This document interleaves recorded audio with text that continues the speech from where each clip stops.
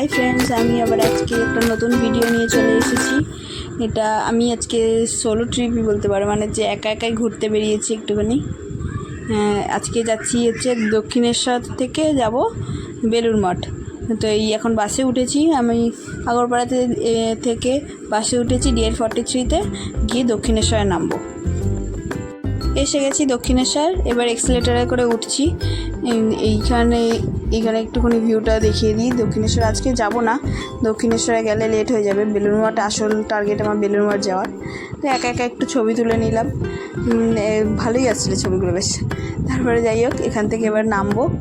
নেমে এদিক থেকে বাঁদিকে যেতে হবে, মানে বাঁদিকে গেলে তাহলেই আমি আর কি স্টিমারটা ধরতে পারবো। স্টিমারটা না ধরলে আমি যাবো কী করে বেলুড় মঠ?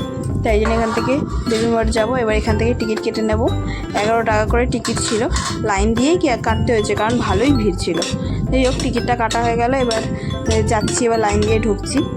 তো এই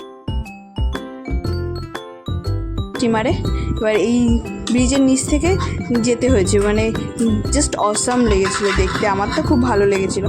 তাই যতটা ভিডিওতে এসছে আমি পেরেছি করতে ততটাই করেছি ভিডিও।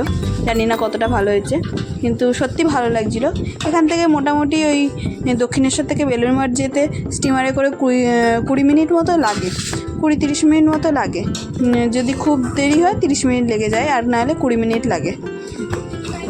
বেলুড় মঠ এসে গেছি। এবার এইটা হচ্ছে বেলুড় মঠে বেরানোর জায়গাটা, টিকিটটা দেখাতে হবে, টিকিটটা দেখিয়ে বেরাবে। এখানটা খুব সুন্দর, মানে বেলুড় মঠের স্টেশনটা মানে নতুন করেছে। যাই হোক, মানে স্টেশন বলতে কি আর ওই স্টিমারের জায়গাটা আর কি। এবার এইখানে ঢোকার টাইমগুলো লেখা আছে, আপনারা পজ করে দেখে নিতে পারেন। এবার ভিতরে ঢুকলাম, ঢুকে এই ভিডিওটা করেছি আর কি। এই যে মন্দিরটা দেখতে পাচ্ছেন, মন্দিরটা, হ্যাঁ পিছনে ওটাই মন্দিরটা।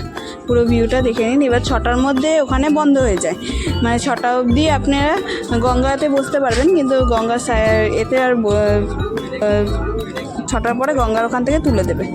এবার ওখানে বসে বসে কিছুক্ষণ আমি আর কি ওখানে গানগুলো শুনছিলাম। শোনার পরে আপনারা চাইলে রাত্রি 9টা অবধিও থাকতে পারেন, কিন্তু আমি একা ছিলাম তো সেই জন্য আমার বাড়ি আসার একটা তাড়া ছিল, সেই জন্য আমি আর কি ফিরে বাড়ি চলে আসি। ভালো লাগলে একটুখানি লাইক আর সাবস্ক্রাইব করে দেবেন। Thank you.